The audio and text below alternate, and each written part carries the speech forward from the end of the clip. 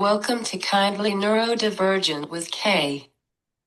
This show is to spend quality time with each other, kindly discussing the similarities and wide range of differences we experience. The experiences we discuss on this show are for educational purposes only.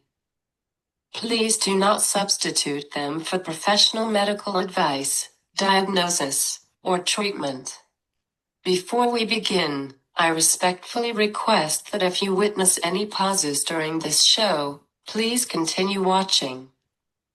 I'm composing a spontaneous comment or question, someone processing their thoughts, in addition to repeating something that was unintelligible or misunderstood. It is natural discourse, and we can choose not to say anything while this is occurring. Today I have Suzanne McColl with me. She will be discussing use of EMDR to resolve trauma, self-worth, and imposter syndrome. Welcome, Suzanne. Thank you. I'm really happy to be here. Please introduce yourself.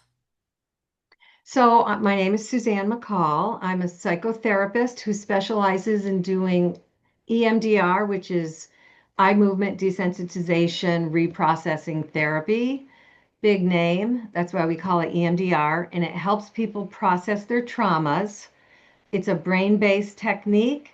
So it's based on understanding how we store trauma and how it makes us feel different ways about ourselves, and to process those past traumas and release all the negative stuff so people feel good about themselves and can move on in their lives.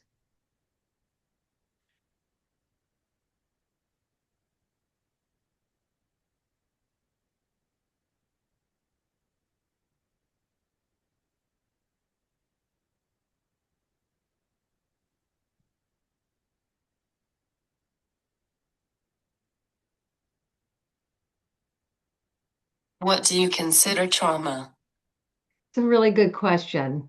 Well, in the field, we call it big T and little t trauma. So trauma is any kind of big T trauma is any kind of experience where you feel like you're afraid for your life, or you witness other people and you're afraid for their life. So it could be like a natural disaster, it could be a car accident, it could be physical or sexual abuse, because that's very um, it's a power thing, and so people are afraid they could die, or even like deep fear is considered like big trauma. Now, little trauma, and I believe there's all sorts of things in life that are trauma. Yeah, right. Like your parents fighting all the time, growing up in a chaotic family, growing up in a family where somebody has a mental illness or a substance abuse problem, and how that affects the dynamics in the house. Like people have a lot of fear. And what's called bullying, I'm going to continue. Bullying is considered a trauma, very common. Teachers, like making comments to kids that are horrible, like, like making fun of them in some way.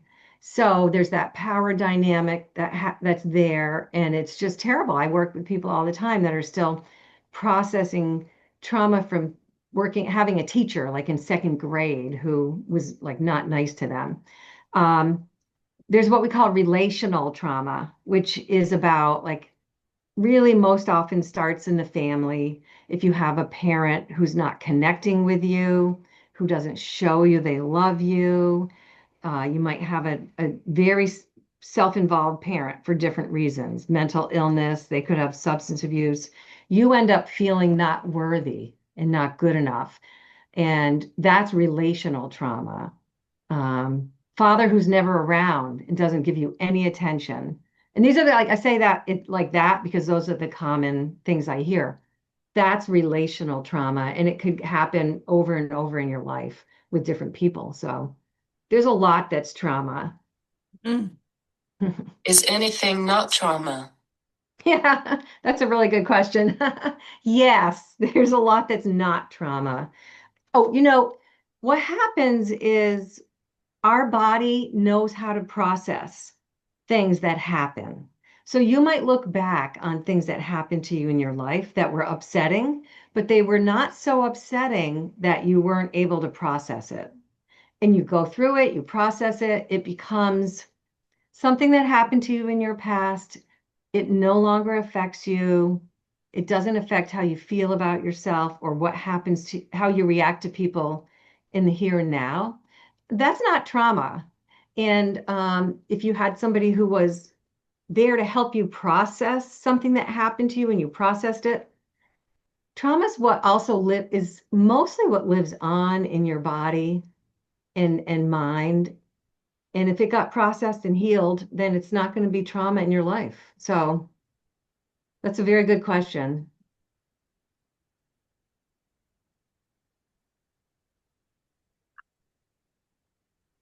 And processing could take years. Processing, somebody said in a talk that I did, what time heals all wounds, right? And I said, no, it really doesn't. So you might be thinking you're processing it, you might be going to therapy, but it may not be tapping into the places inside where trauma is actually stored. And until you do that deep work, and that's why I like EMDR because it's brain based and it taps into the unconscious places in your body and your emotions and your brain, and it really helps process. That kind of processing can happen almost immediately when you really get to it and release it. It's pretty powerful. So it shouldn't take forever. Where is trauma stored? Trauma is not stored in the part of your brain where you can logically think about things. It's stored in the lower brain, and it's stored as emotion or flashes of something. And so the way it gets stored, it's not connected really to the story that actually happened. So that's why when we talk about everything that we think we're upset about, it's not really processing it. What we do is we do top bottom up processing. So we tap into deeper parts of the brain where it's like your old brain that is holding the emotion. And when you get into that and you start kind of free associating with what we do with EMDR therapy, it then brings up the memories. So it connects the emotion, and it's also physical trauma. Like you feel it. People feel it in different parts of their body, the trauma. So when you connect all of that, and then you can move up into like the memories come out, the things that you don't even know are connected to that emotion. And that's where you start to process, really process. So it's in the older part of the brain. Interesting. It's very interesting. I'll say one more thing. Trauma, the reason why you still experience it and you have problems with people and things in your life is because it's stored in the part of the brain that doesn't have a timestamp. So, meaning it's not just something that you think happened a long time ago. Your brain is still experiencing it. And so, until you bring it up and process it and then put it away in the right place with less emotion connected to it, it's like you're still feeling it all the time. You get triggered a lot.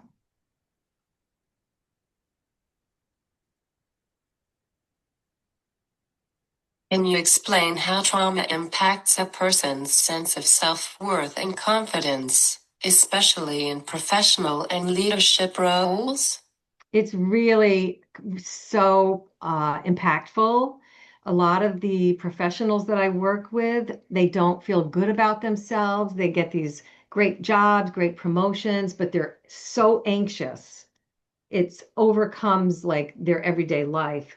They overwork. They are totally obsessive about trying to be perfect. But they don't feel perfect. They spend way too many hours working. They end up having like social isolation because they're constantly like trying to prove their worth. And you're trying to prove something, your worth, like everybody around you thinks you are worthy, but you're the one that doesn't. So no matter what you do and what accomplishes you make, you still don't think you're worthy. And that all goes back to a lot of situations where you were not treated well when you're growing up. So that's where you don't believe you're worthy. A lot of people are high achievers who had trauma because they are trying to prove their self-worth. So they're really good in school and they get great jobs and they work really hard. And they're high achievers, but they're kind of it gets triggered a lot by people who talk to you at work, by your boss, by your coworkers. Yeah, it's hard. Does everyone have post-traumatic stress disorder? No, no. People can have trauma and not have PTSD. Um, you can have parts of it. You can have parts of post-traumatic stress disorder if you've had trauma, but it PTSD, it's just a level. It's a spectrum, right? Mm. Kind of like, the neurodiversity thing. That's a spectrum. And that's how it is with PTSD and trauma also.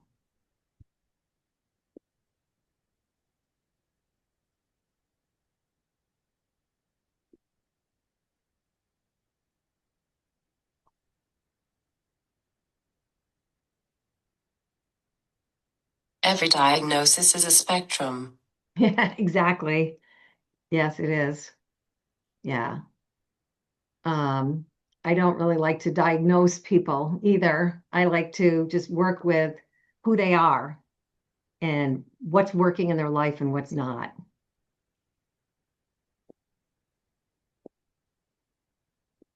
Great. Yeah. Yeah. What are some common signs that someone might be struggling with unresolved trauma, even if they don't realize it? That what we're talking about in the sense of not feeling good about themselves, even though they're really successful. If you have these interactions with people and you overreact, and you can't figure out how to deal with them in a different way, because then after the fact, you're like, oh, I don't know what was wrong with me. I didn't know what to say. So a lot of times when people are triggered, their their prefrontal cortex goes offline. They can't think. And so they lose the ability to just communicate and talk themselves to somebody to talk about a situation. They just get flustered and quiet. And so they don't handle situations the way they would normally handle them, that they know they could, that's one way. There's a lot of things. Sometimes people go toward more likely to go toward like alcohol, drugs, addiction type things that take them away from their feelings. And if that's happening a lot, it's very common that they've had trauma.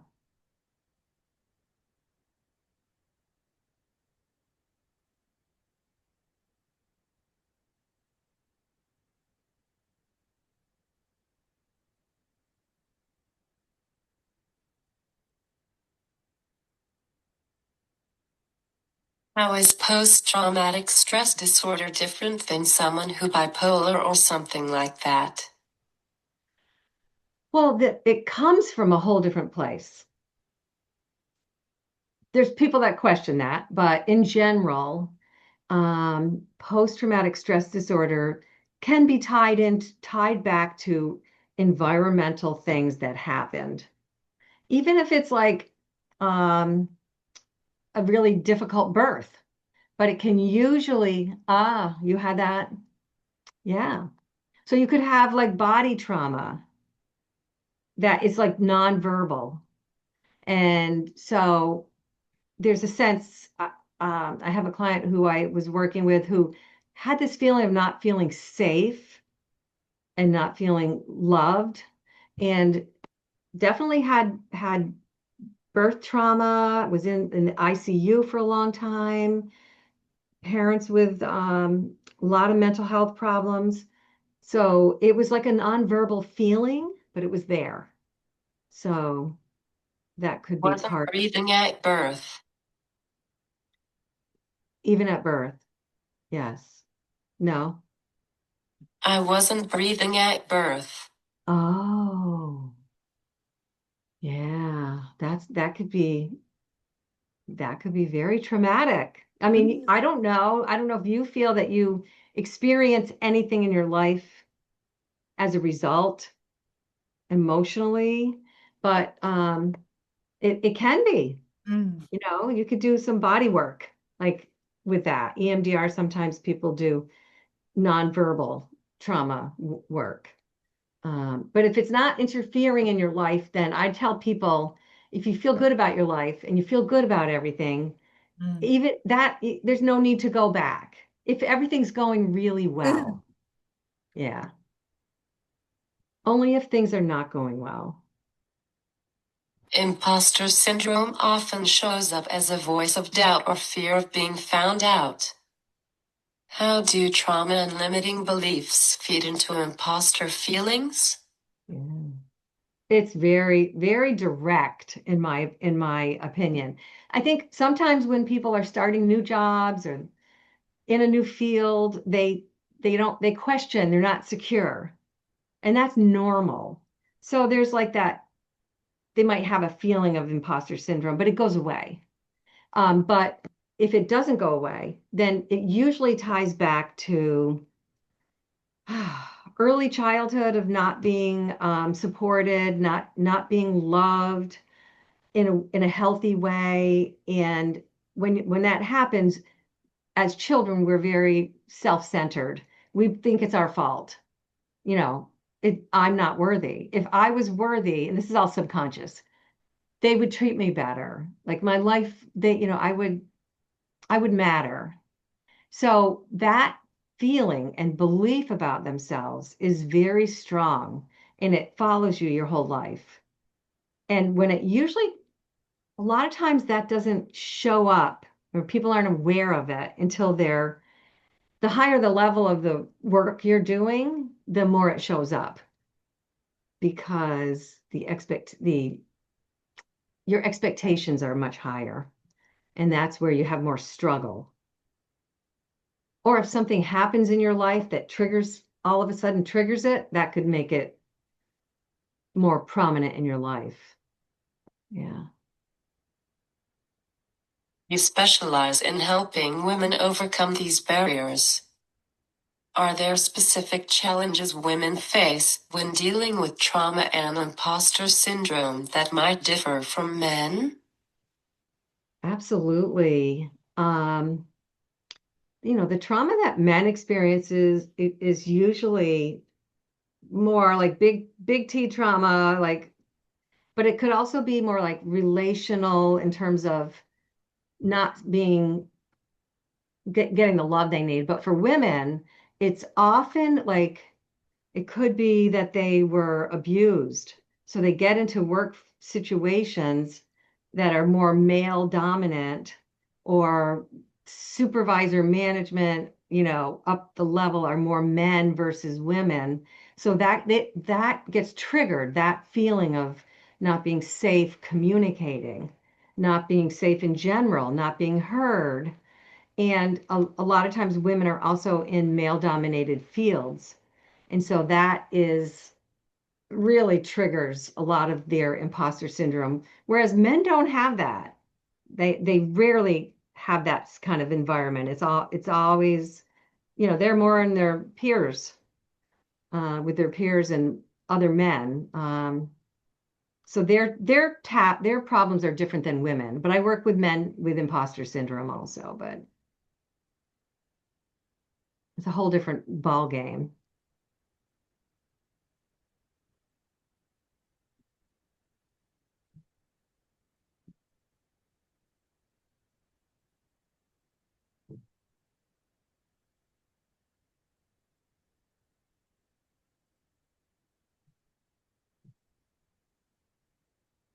It is crazy how gender roles still impact people. Amazingly. Yep. It's just, like men don't want to be seen as being emotional. Ew. I know, right? And then the whole workforce now, they talk about the healthiest environments are where leaders are vulnerable. So it's a major challenge for men with the gender roles that we have. And for women, they have to get comfortable being assertive and standing up for themselves. And they have the soft skills already. They know all that other stuff. And male peers say, don't be so nice to your staff. Be harder on them. And women just we know intuitively that, we want to treat people as whole people. So it's a whole different set of rules for women versus men. And I think we need to come together in that and blend it.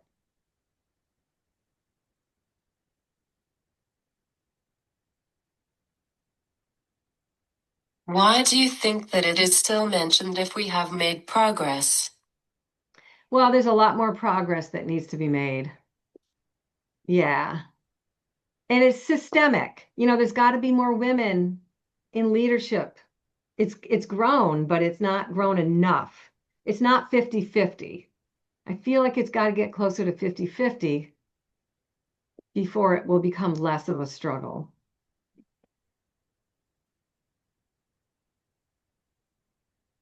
Unfortunately, Yeah. Yeah. It's going to take some time, but it is changing, but um it's taking time. EMDR is becoming more widely known, but can you explain what it is and how it works to resolve trauma and negative beliefs? Yes. So EMDR, eye movement desensitization reprocessing therapy, it is becoming a lot more known. Like you see it on social media all the time, but like stars are using it and talking about it, right? What it does is it helps you look at something going on in your life now. Helps you look at what does that make me feel? What does that make me think about myself? So it hones in on what's the negative belief that you have, like I'm not good enough. And then it helps you look at where do you feel that in your body? What's the emotion that is still there when you think about just that? And we do what we call processing, which means people think about that and then they free associate at the same time what we do bilateral stimulation, which I think is what helps tap into the deeper parts of the brain. And what that is where it started out with eye movement. So as a therapist, you would kind of sit next to a client and then you go like that, and they would follow your hands back and forth without moving their head. And that creates bilateral stimulation in the brain. Sometimes with telehealth, I have people tap like that. Same idea. We have tappers people can hold. It's a vibration left and right. And so they just let whatever comes up. So it's really bottom up. They might have a sensation, they might have an emotion. What might come up, it opens things up, is a memory from, I'll say to people, go back in time, remember when you first experience that thought, I'm not enough. And by doing it with bilateral stimulation, they're able to go back in time to when they first had something happen that was very significant. And that's probably when that limiting belief started. And there's different kinds of limiting beliefs. It's I'm not enough, I'm not worthy, I have no power, I have no control, I should have done something. That's a big one. You end up feeling bad about yourself if somewhere in your brain you believe that you should have done something. Like little kids think they should have solved their parents' problems.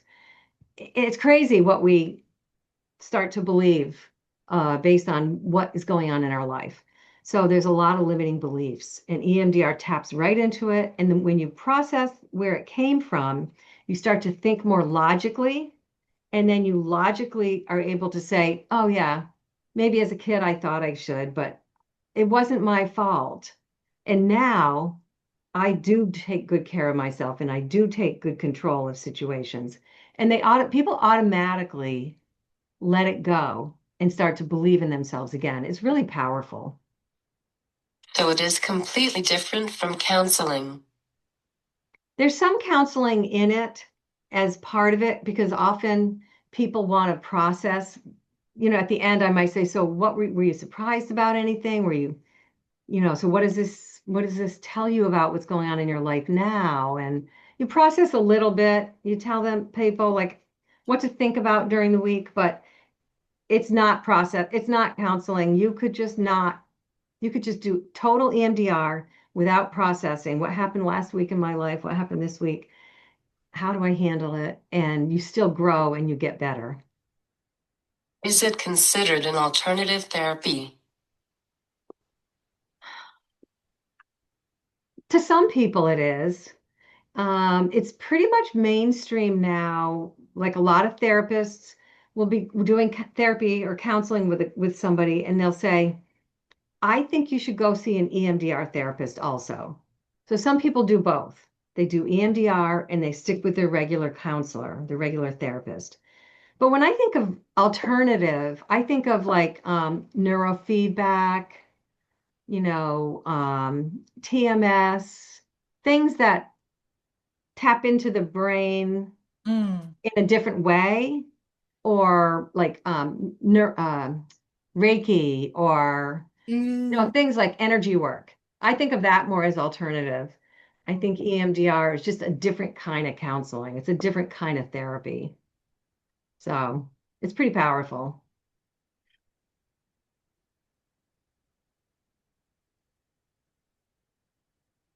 And insurance covers it. So that's another indicator that it's not alternative. I never heard of You've never heard of,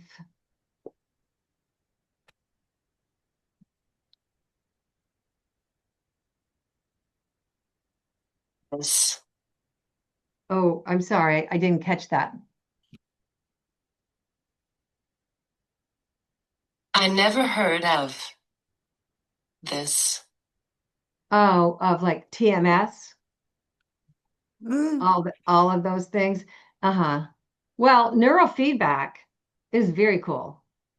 Neurofeedback is, where they put electrodes on your brain. You don't feel it, and there's different kinds of neurofeedback. The kind I've tried is lens neurofeedback, and it's very quick, and it kind of remaps the neurons in your brain so that if you've had trauma, when you have trauma, it shuts down certain synapses.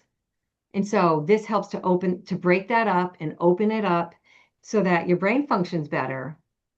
And, that's one thing that you can do. TMS helps to stimulate serotonin in your brain, and that helps with depression and anxiety. So there's a lot of different things you can do now, which Mm. is cool. Is EMDR something that only works for severe trauma, or can it also help with more subtle, ongoing feelings like low self-worth and imposter syndrome? Yeah, yeah, it can. It doesn't have to be severe trauma. The more, again, that's a low self-worth is probably a spectrum of Mm. intense self-doubt and really poor self-worth. So it's a spectrum, and EMDR helps with all of that. Yeah, it helps you to reframe and to feel better about yourself. Thank you, Suzanne, for doing this with me. It was great to have you on. Please My, share this talk show with your family and friends. Everyone watching, don't forget to like, follow, subscribe, and share on Facebook, Instagram, and YouTube. it was my pleasure. Happy to be here. And clients and colleagues too. I definitely will.